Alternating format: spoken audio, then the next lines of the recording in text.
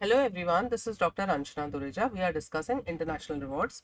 International rewards are concerned with an integrated approach to building reward policy based on cross-border expansions. Staffing, that means staff. Who can be the staff? Staff can be from the parent country or the home country. Staff can be from the host country. Now, which are the host countries? Host countries are the countries where the organization operates its function. Third country are the countries wherein neither our parent countries or the home countries or the host countries are situated. That means employee who is a citizen of a country, the person is neither a parent person belongs to parent country nor the country nor the host country. There are different types of staffing policy. First is ethnocentric policy. Ethnocentric policy or ethnocentric centric approach is a staffing approach wherein key managerial position will be filled based on the parent country nationals. That means key managerial position will be filled by parent country nationals only. Polycentric staffing policy wherein there are multiple countries who are involved in the business, so the key position can be from the host country or from the home country. Geocentric staffing policy seeks the best people regardless of their nationality or job, but we are sending the person who can be from host country or home country.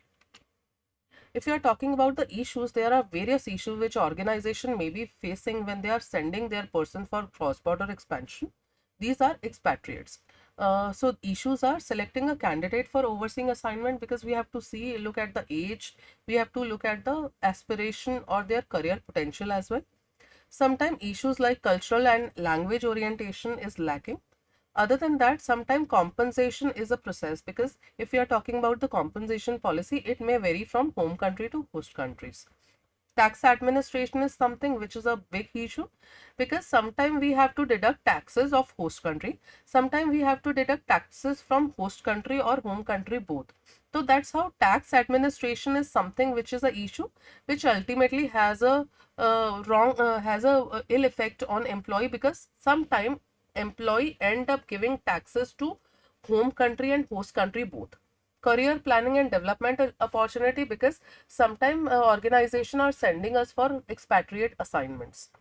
These career planning and development issues are generally when we are not certain about when organization are calling us back or we have to stay back in host country.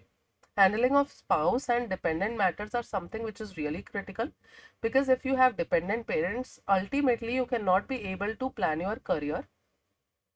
So these are the issues. When we are designing upon the compensation, we may have two approaches: convergent approach or divergent approach. Convergent approach is the approach which is same for the world. That means you are not only depending upon the parent country or the home country or the host country, but you have a standard procedure for your compensation. Divergent policy, that means you have a different policies, different compensation policies based on different countries. Like home country, you have a different policy. For host country, you have a different compensation policy. And that is divergent approach. Reward, if you want to reward your expatriates, if you want to compensate your expatriate, there are different ways by which you can compensate. First, you can compensate based on the home country basis, wherein what is your compensation?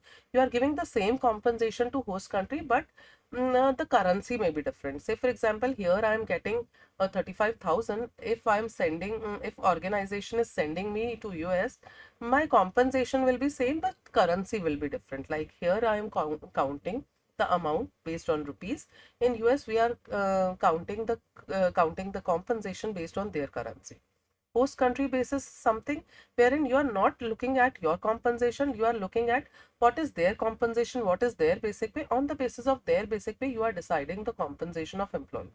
Selected country basis, that means if you are having multiple business at multiple level in different countries, so you can select the country and which is the ideal compensation for that country. You are selecting that compensation based on the selecting country. Hybrid compensation is a compensation wherein you are providing the mix of home country and host country. Say for example, basic salary you can calculate from the home country, and your variable pay you can calculate based on the home country's citizens, yeah, based on home country compensation.